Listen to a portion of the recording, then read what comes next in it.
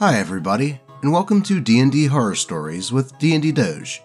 In today's video, we have a story about a father that forbids his daughter from playing Dungeons & Dragons after his character dies during a campaign. A story about how a natural one leads to an in-real-life breakup, and a whole lot more. But before we get into those, if you like what I do here, I hope you consider critting that like button and subscribing. If not for me or the stories, then how about for Nipsey being weird?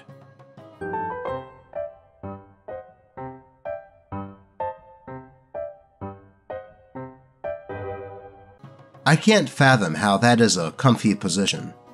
But anyways, I think it's time for some D&D horror stories. Manchild, murder hobo, forbids his daughter from playing D&D after he dies in-game. By Reddit user DryHamster2697. So, a few months ago, I was playing D&D with some friends from school.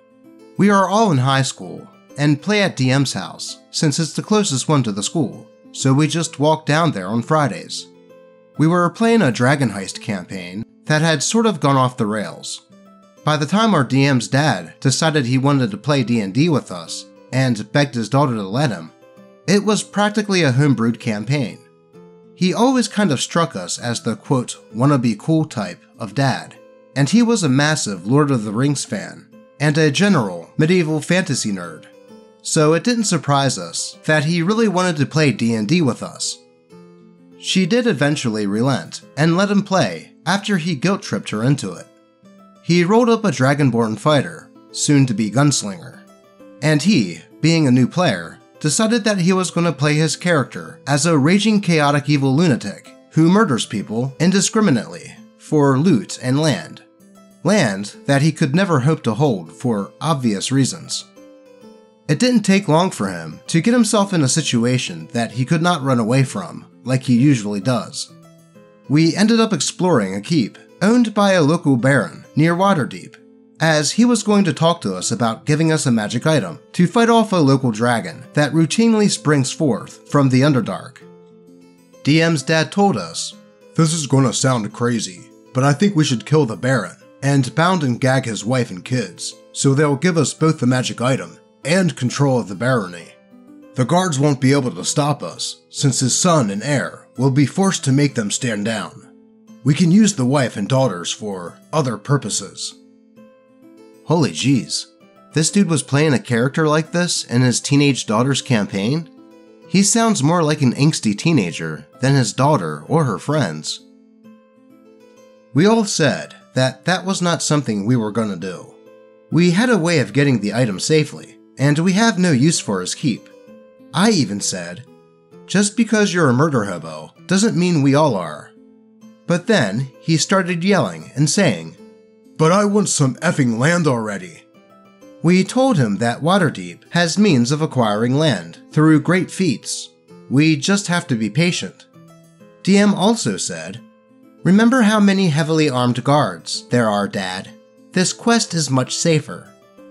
Unfortunately, when the Baron came back out with his family by his side, he said, "I pull out my blunderbuss and blow the Baron's head clean off." He failed to hit, rolled a total of 8. So the Baron then started casting Eldritch Blast on him as the party put up our hands. I even told them, "We had nothing to do with this. This is between you and the Dragonborn." Guards then started rushing up as they heard the commotion, and we backed off. This enraged him as he started freaking out of game and questioned how the Baron had warlock powers.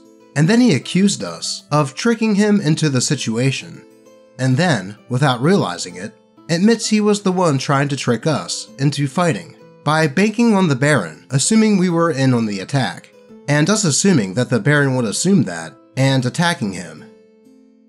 What? The fight continued until he got down to like 10 hit points. He then freaked out and said, "I find the nearest window and jump into the river."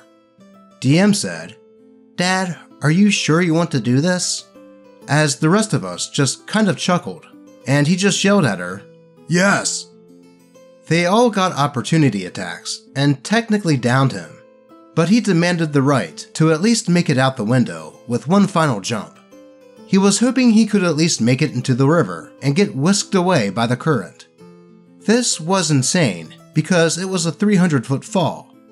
There was a decent chance he would unironically die on impact, which he did after DM told her dad to roll acrobatics, and he crit failed, split his head on a rock, and took 30d6 worth of damage and died on the spot. Well, that is one way to go. So after, the dad has a chuckle at his misfortune and rolls up a new character like a mature adult, right? Right? DM's dad then got really pissed and started screaming at his daughter right then and there, and accused her of pulling things out of her butt to kill him off. Oh, so he did the other thing. It was ugly. She was crying and even offering him a chance to get resurrected. He even accused her of hating him. And Father of the Year goes to, not him. He then stormed off into his room as we all sat there in silence. One of our party members was kind of tone deaf and asked her, "What happened to the rest of our characters during your dad's shenanigans?" And she just said, "You're fine. We'll talk about it next week." We asked if there was anything we could do, but she just said no.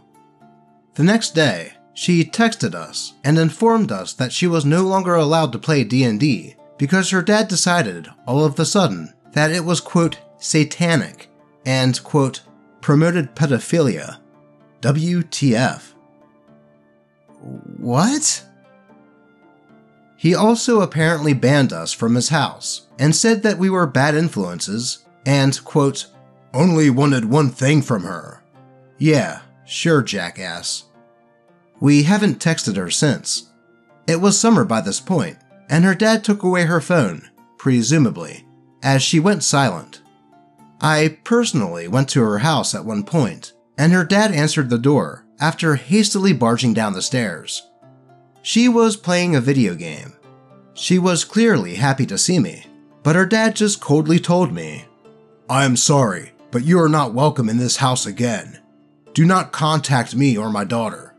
And then he promptly shut the door. It's honestly infuriating, and I hate that we won't be able to see her until next school year. What kind of grown man does all of this over an effing D&D game? Took the words right out of my mouth, OP. How? Just how does a middle-aged man with children have such little emotional maturity? I have never despised a man more than I despise him. I really have nothing positive to say now. It's just an effed up situation. But because we are teenagers, we have no effing agency. TLDR. Absolute Manchild gets so mad over dying in D&D, despite multiple warnings about how dangerous his behavior was, that he bans his daughter from playing, forbids us from seeing her, and ruins her summer. OP's description of Manchild is right on the money here. Heck, I would say that the teens playing this game had more maturity than the dad here. How can someone go from playing a game with their kid and her friends to flipping like a switch, banning D&D, and her from seeing her friends? All because his character died in a game of make-believe. Heck, him saying that his daughter killed his character because she hates him is straight up emotional abuse. Not to mention locking her in the house and preventing her from seeing her friends. Hopefully, this douchebag of a father realizes how much of a douchebag he is for doing this, and apologizes to not only his daughter, but her friends as well. It shouldn't be the case that the people acting the most like adults in a situation are the teenagers. It makes me wonder what other kinds of emotional abuse the Dungeon Master here has endured from her father, as I'm sure this isn't a first-time thing. It all makes me feel sad and angry for the DM here. Thankfully, it sounds like she has some good friends that she can lean on, at least when the school year starts back up. Let's move on. Game Master killed off my player character in the epilogue. by Reddit user Tori Uop. The title is the TLDR. The Game Master killed off my player character in the epilogue in a kinda effed up way. And to be honest, I'm not sure if I'm being dramatic about this, but I wanted to get it off my chest, regardless. There was 4 of us. A paladin, monk, rogue, and me. And most of the campaign was great, and a blast of a time. The Game Master was great, but the ending for the rogue and me felt like a slap in the face. The only person to get a quote good ending was the monk. The paladin drank a potion of Dragon's Majesty to defeat the BBEG, and flew off as a dragon due to a failed wisdom save. The monk went off to take care of the land with their childhood friend turned partner.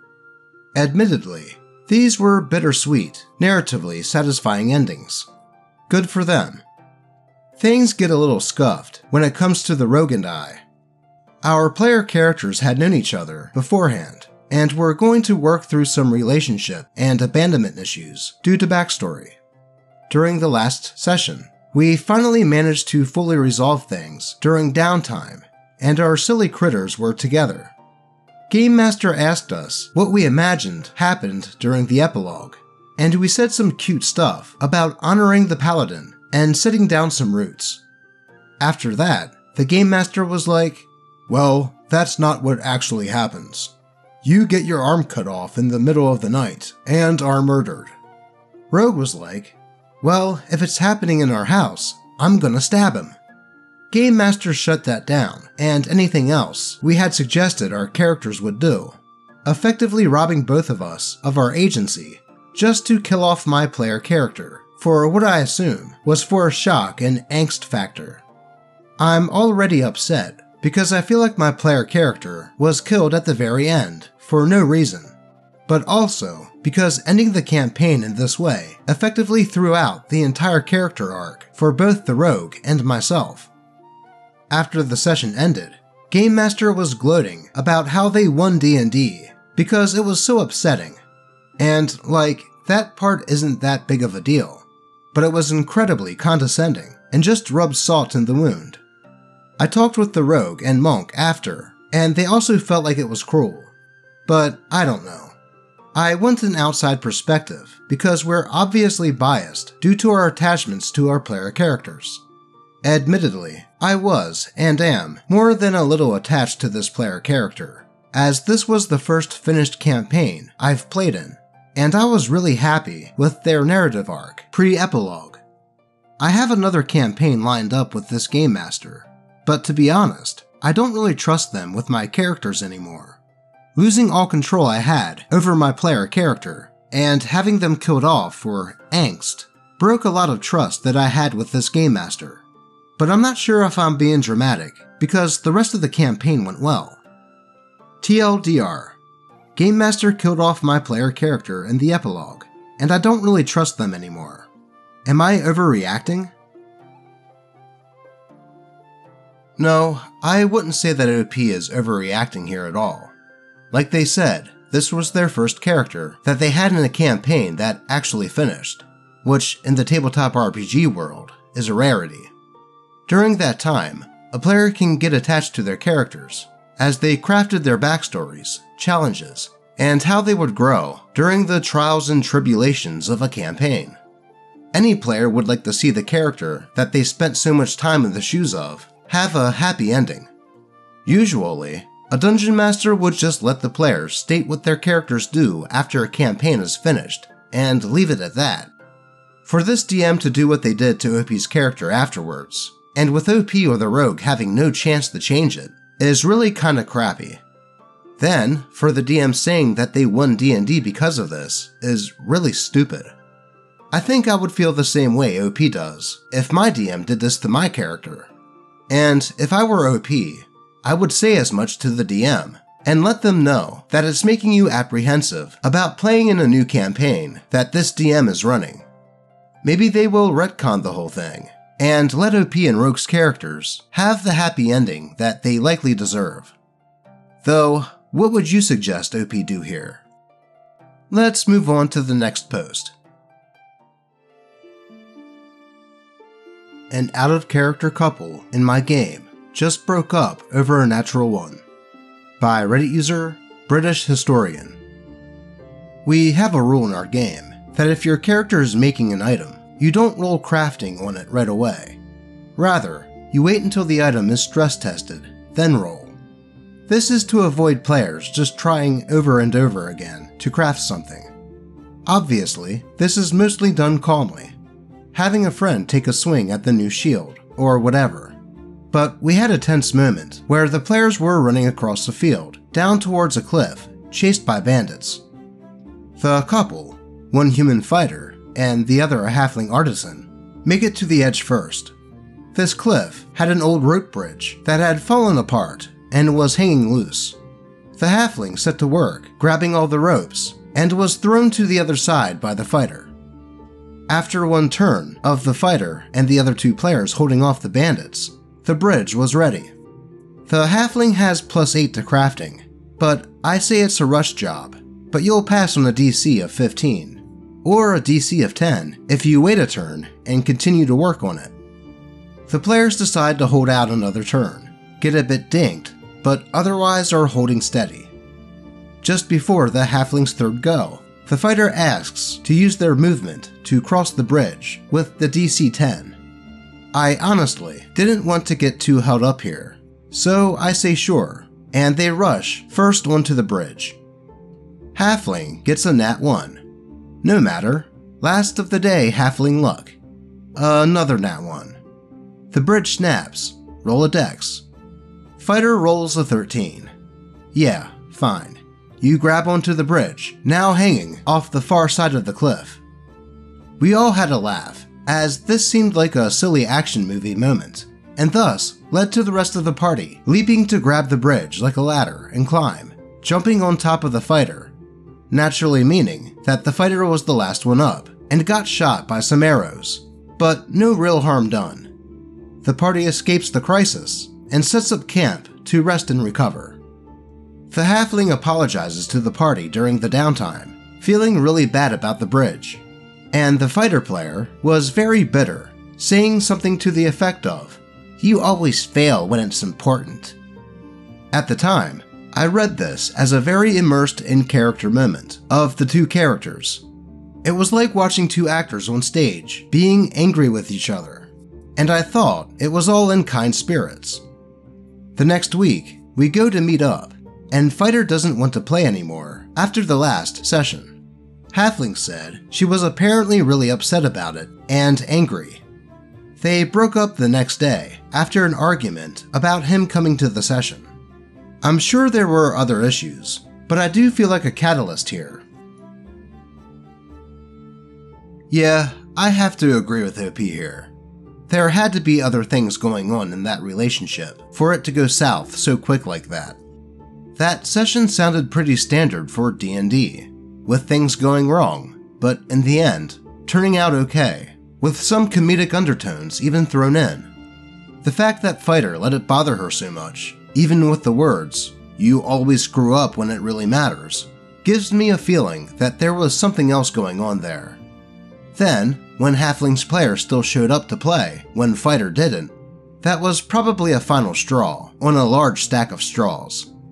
So, if I were OP, I wouldn't beat myself up over it.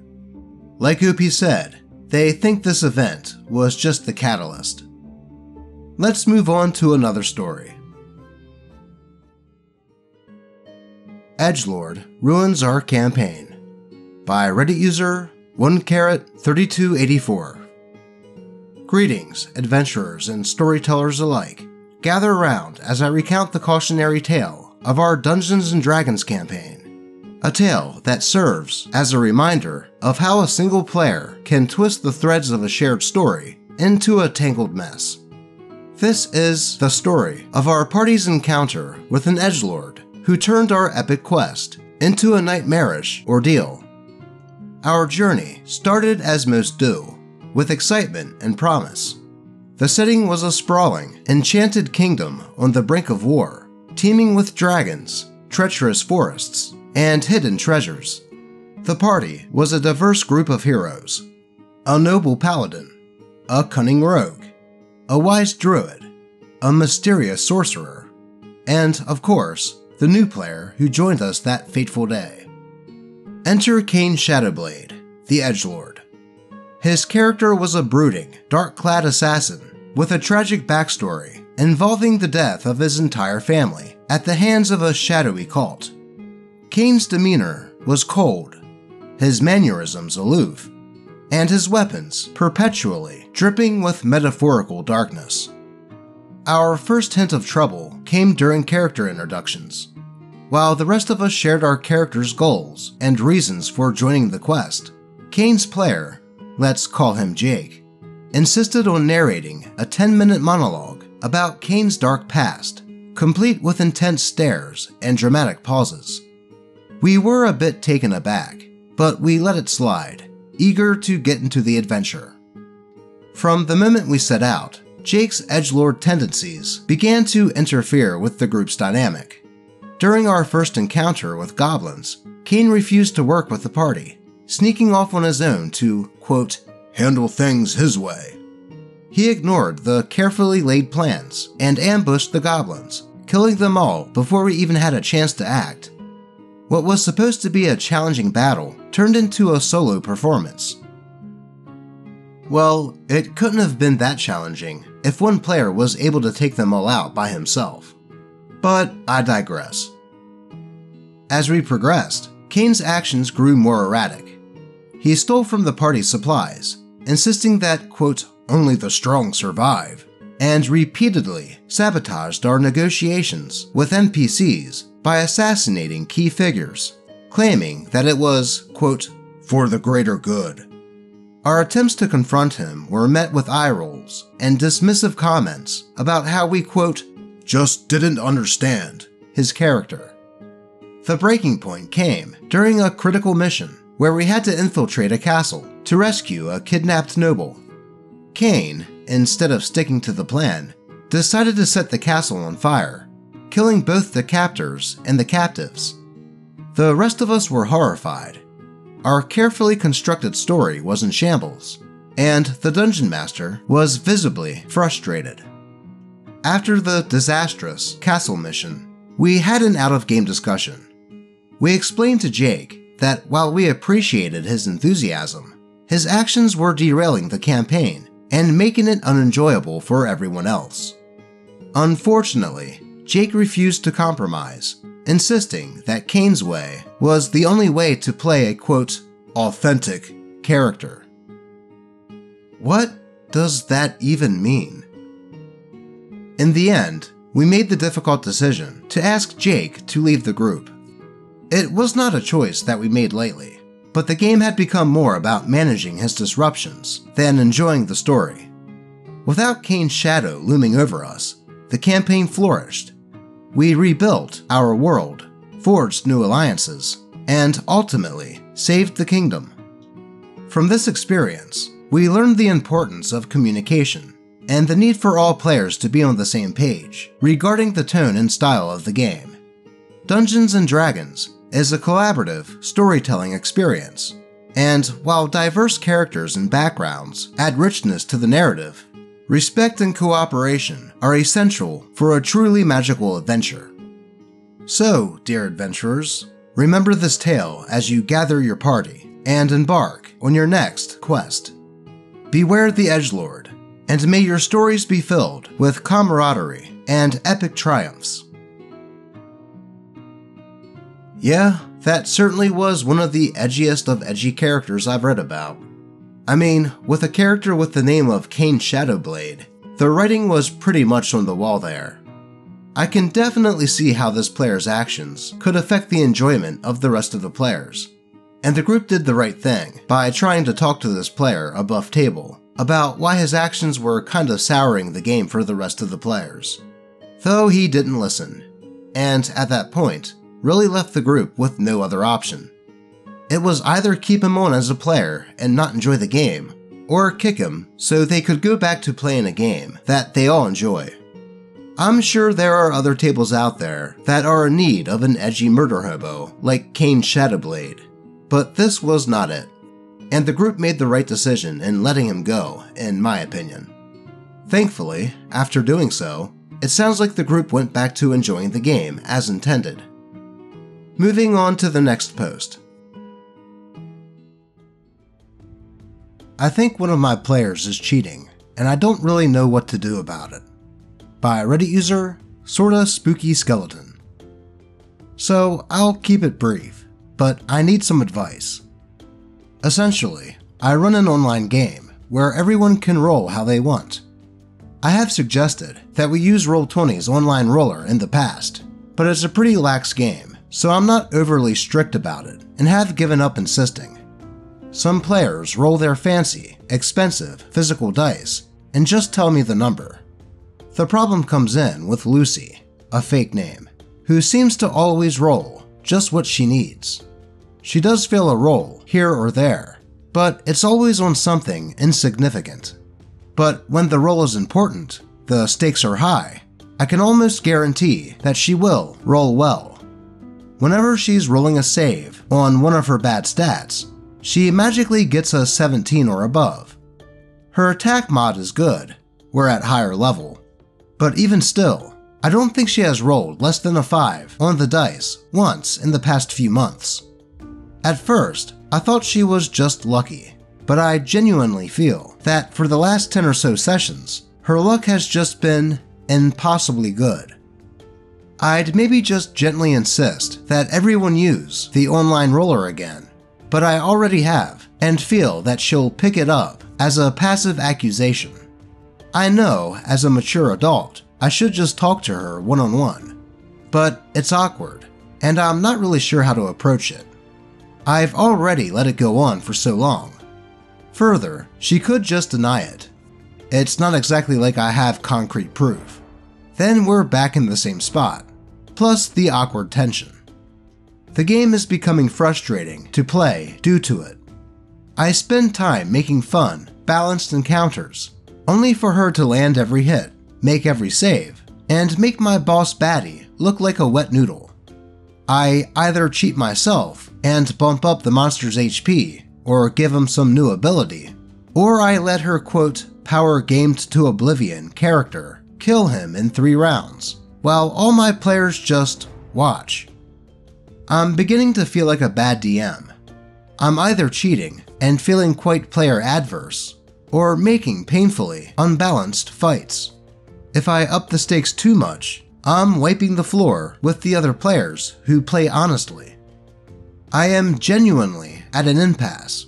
She is my friend outside of this, and I don't want to damage our friendship for a game, but it is sucking the fun out of the game for me. Any advice would be appreciated. Honestly, my advice would be to just implement rolling with the Roll20 dice roller. If you doing that makes this player feel targeted or feel accused of cheating, that just means that she has a guilty conscience and likely was cheating, as by the way it sounds, she isn't the only one rolling with physical dice. If the players want to roll with physical dice, just have them aim the camera at the dice tray. Or they can set up a dice cam, kinda like I do when I play with my group online. Though, what would you guys do if you were in OP's shoes here? Let's move on. Player character steals from the party. Player cries, quote, metagaming when his character gets caught. By Reddit user, Cyberbread Loaf. Doing a Descent campaign with some folks, and one of the players is a rogue dwarf who took Skill Expert as a level 1 feature because we were allowed to. So he has a +9 to Sleight of Hand at level 1. We all begin in El Turul, and the second everybody is introduced, he pickpockets every party member's money without us noticing. Once we set up camp, he sneaks into everybody's packs to steal their stuff. He gets caught by one of us keeping watch that night because he rolled low for once, and he immediately breaks character and says that we're ganging up on him just because he's playing his character well. We take all of our belongings back, and then we get attacked by direwolves. The dwarf in question runs away from the fight to steal from the NPCs. That's where the last session ended. Me and the others are talking to the DM about booting him for his little tantrum. Well, that game was certainly off to a rocky start. Perhaps this is the dwarf player's first time playing D&D, and maybe he doesn't fully understand table etiquette or what the concept of metagaming is. It's pretty obvious that the rest of the players weren't metagaming, as they didn't say anything about the dwarf stealing their stuff until the dwarf had a bad roll during a watch. Then, when a fight starts, he just goes off and steals from NPCs? I can understand the urge to kick him from the group, as that is blatant that guy behavior. But I'd say perhaps give him another chance after having a talk with him. Like I said, this might be his first experience with D&D, and he just doesn't know any better. Maybe try to guide him on how to properly play, and why stealing from the party the moment he meets them kinda goes against the spirit of a cooperative storytelling game like D&D. Though, that is just my thinking. What do you guys think on this one? On to the next post. Was kicked out for, quote, disrespecting art, by Reddit user AloneChemical5281. Just a little story I want to share. Not so horror though. So, the DM just kicked me out of the campaign. My old character died during one of the previous sessions, so I rolled up a new one. I had this vivid orc barbarian / wizard in mind, and spent a day searching for the best images.